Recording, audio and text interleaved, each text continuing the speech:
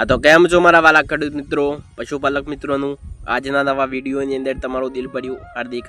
સ્વાગત છે। ખેડૂત મિત્રો અને પશુપાલક મિત્રો, ચેનલ ઉપર તમે પહેલીવાર વિઝિટ કરી રહ્યા છો તો બે હાથ જોડીને નમ્ર વિનંતી છે કે તમે ચેનલને સબસ્ક્રાઇબ કરો, વિડીયોને એક લાઇકનું બટન છે તે દબાવવાનું ના ભૂલતા।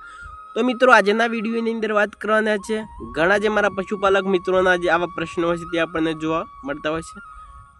કારણ કે મિત્રો જો તેમના પશુનું મિત્રો તેમને એઆઈ કરાવ્યું છે, કોઈ ભૂલ દ્વારા તેમની ગાય અથવા ભેંસને મિત્રો કોર્સ કરાવ્યું છે,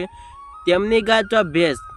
હવે ગાભીન ઠહરી છે કે નથી ઠહરી તે આપણને કઈ રીતે ખબર પડવાની છે, તેના કયા કયા લક્ષણોથી આપણે પતા કરી શકીએ છીએ કે આપણી ભેંસને આપણે જે એઆઈ કરાવ્યું છે, કોઈ ભૂલ દ્વારા તેમને કોર્સ કરાયેલો છે, પાડા જોડે કોર્સ કરાયેલો છે।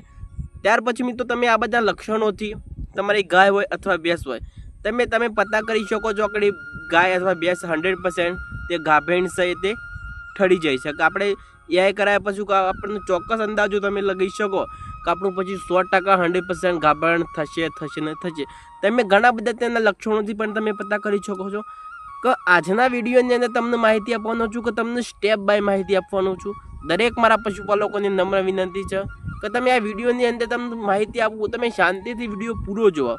ઘણા જે મારા પશુપાલક શું કરતા હોય છે, અડધો વિડીયો જોતા હોય છે અને વિડીયોને સ્કીપ કરીને જતા રહેતા હોય છે। પણ વહાલા મિત્રો તમે વિડીયો તો પૂરો જુઓ,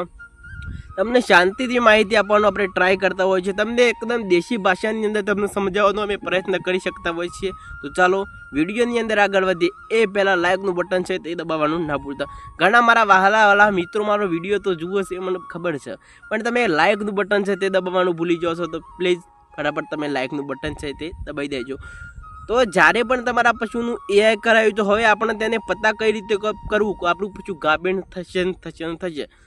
તો સૌ પ્રથમની અંદર વાત કરીએ તો જ્યારે પણ મિત્રો તમારા પશુનું તમે એઆઈ કરાવ્યું, ભૂલ દ્વારા તમે કોર્સ કરાવ્યું, બરાબર, કે જો તમારું પશુનું એઆઈ કરાયેલા મિત્રો 12 કલાક 24 કલાક 2 દિવસ પછી કે જો તમારું પશુ મિત્રો જ્યારે નીચે બેઠું હશે ત્યારે મિત્રો એકદમ જાડો બખા કરો કે તમને આપણે એકદમ દેશી ભાષાની અંદર જાડો બખા કરે એકદમ સફેદ કલરનો દહીં જેવું, તો તમારે સમજવું કે આપણું પશુ છે તે મિત્રો 100% ગાભણ રહેવાની પહેલી આપણને નિશાની છે। ત્યાર પછી મિત્રો જો 1-2 દિવસ પછી મિત્રો જો તમારું પશુ મિત્રો પાતળો બખા કરે, એકદમ મિત્રો પતલું પાણી જેવું લિક્વિડની અંદર જો આવી રીતે કાઢે તો તમારું પશુ સમજવું કે તે ગાભીણ નહીં થાય, એટલે કે મિત્રો આપણું પશુ છે તે ઠહર્યું નથી। તમે તેના લક્ષણોથી પણ પતા કરી શકો છો। ત્યાર પછી મિત્રો તમે આ રીતે પણ તમે પતા કરી શકો છો કે જો તમારા પશુનું મિત્રો એઆઈ કરાવ્યા પછી ધીરે ધીરે તમારું પશુ શાંત થઈ રહ્યું છે, ત્યાર પછી મિત્રો સાઈડમાં તેની આજુબાજુ કોઈ પશુ બાંધેલું હતું, તેની ઉપર મિત્રો કૂદ્યામ કૂદ કરતું હતું ને તે બધા આપણને જોવા ના મળે તો તમારે સમજવું કે આપણું પશુ ગાભણ પણ થઈ શકે છે। ત્યાર પછી મિત્રો ઘણી ગાયો ભેંસોને તમે જોજો કે સાયલેન્ટ મોલ્ડની અંદર છે તે આવતી હોય છે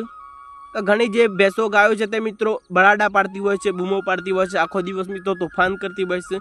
ને જે ઘણી ગાયો ભેંસો છે તે મિત્રો સાયલેન્ટ મોલની અંદર આવતી હોય છે કે જે ગરમીમાં તો આવે છે તે પણ મિત્રો સામાન્ય આપણને ખબર ના પડે કે આપણી ભેંસ ગરમીમાં આવી છે। જો આપણને આવી રીતે ખબર પડે કે આપણું પશુ તોફાન કરતું હોય, બરાડા પાડતું હોય તો આપણને ખબર પડે કે આપણું પશુ છે તે મિત્રો હીટમાં આવેલું છે। ને ઘણી ભેંસો ગાયો ભેંસો તે મિત્રો સાયલેન્ટ મોડની અંદર પણ છે તે જતી રહ્યું છે। કે આ બધું મિત્રો કેમ થતું હોય છે કે જો તમારા પશુનું મિત્રો તમે મિનરલ મિક્સર પાવડર નહીં આપો તો તેનાથી તમને ઘણા બધા નુકસાનો થવાના છે। જો તમારા પશુનું મિત્રો તમે પૂરતા પ્રમાણની અંદર તમે પશુ આહાર ખાણદાણ નહીં આપો તો તેનાથી પણ મિત્રો તમને અઢળક છે નુકસાનો થતા હોય છે। કારણ કે મિત્રો તમારા પશુનું સાચવણી પણ મિત્રો તમારે કરવી બહુ જરૂરી છે કે જો તમારા પશુનું મિત્રો તમે સારી રીતે ખોરાક આપશો, સારી રીતે તમે મિનરલ મિક્સર પાવડર આપીશો, કોઈ પણ ખાણદાણની અંદર કે તમે 50 થી 100 ગ્રામ મિનરલ મિક્સર પાવડર તમે આપશો તો તેનાથી અઢળક ફાયદાઓ છે, તમારે કોઈ ડૉક્ટરની પણ જરૂર નહીં પડે। કે ત્યાર પછી મિત્રો આપણું પશુ ગાભીન પણ કેમ નથી ઠરતું, તેના પાછળ કયા કારણો રહેલા છે, તો સૌ પ્રથમની અંદર વાત કરીએ તો જો તમારા પશુના પેટીની અંદર જો કુમી વર્મસ કરમિયા હશે તો તમારું પશુ તે મિત્રો ક્યારે પણ ગાભીન ઠહેરતું નથી। તો તમારા પશુનું મિત્રો 2-3 મહિને તમારા મિત્રો ડીવર્મિંગ કરાવવું જરૂરી છે। ત્યાર પછી મિત્રો તમને ઘણી બધી ટ્રીકો આપવાનો છું કે જો તમારું પશુ છે મિત્રો એઆઈ કરાયા પછી મિત્રો તેની પાછળ કયા કયા તમારા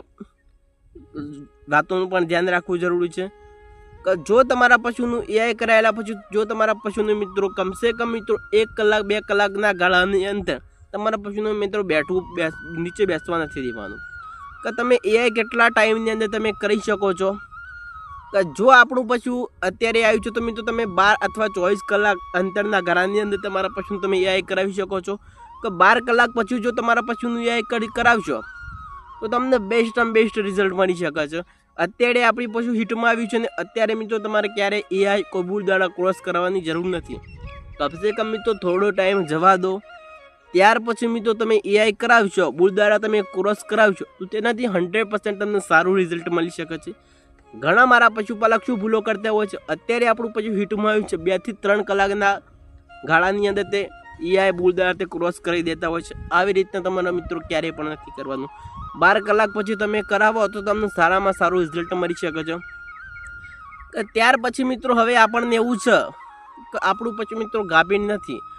તો મિત્રો તમે 3 થી 3.5 મહિનાના ગાળાની અંદર તમારા પશુનું મિત્રો તમે ચેકઅપ પણ કરી શકો છો તેના પહેલાં મિત્રો ક્યારેય પણ મિત્રો તમારે કોઈ પણ ડૉક્ટર જોડે ચેકઅપ કરાવવાની જરૂર નથી તમે 3.5 મહિને પછી તમે ચેકઅપ કરાવશો તો તમને સારામાં સારું તમને રિઝલ્ટ મળી શકે છે તો એના પહેલાં મિત્રો તમે જો ચેકઅપ કરાવો તો તમને નુકસાન પણ થઈ શકે છે અને આપણા પશુનું છે તમે તો ગર્ભપાત પણ થઈ શકે છે તમારે આ નોંધ લેવી જરૂરી છે 3 મહિના પછી તમે કરાવી શકો છો એના પહેલાં મિત્રો ક્યારેય પણ મિત્રો આપણા પશુનું કોઈ ડૉક્ટર દ્વારા આપણને ચેકઅપ કરાવવાની જરૂર નથી ત્યાર પછી મિત્રો હવે સમજવું કે આજે આપણે એઆઈ કરાવ્યું ત્યાર પછી મિત્રો 21 થી 22 દિવસના ગાળાની અંદર જો આપણું પશુ મિત્રો હિટમાં ન આવે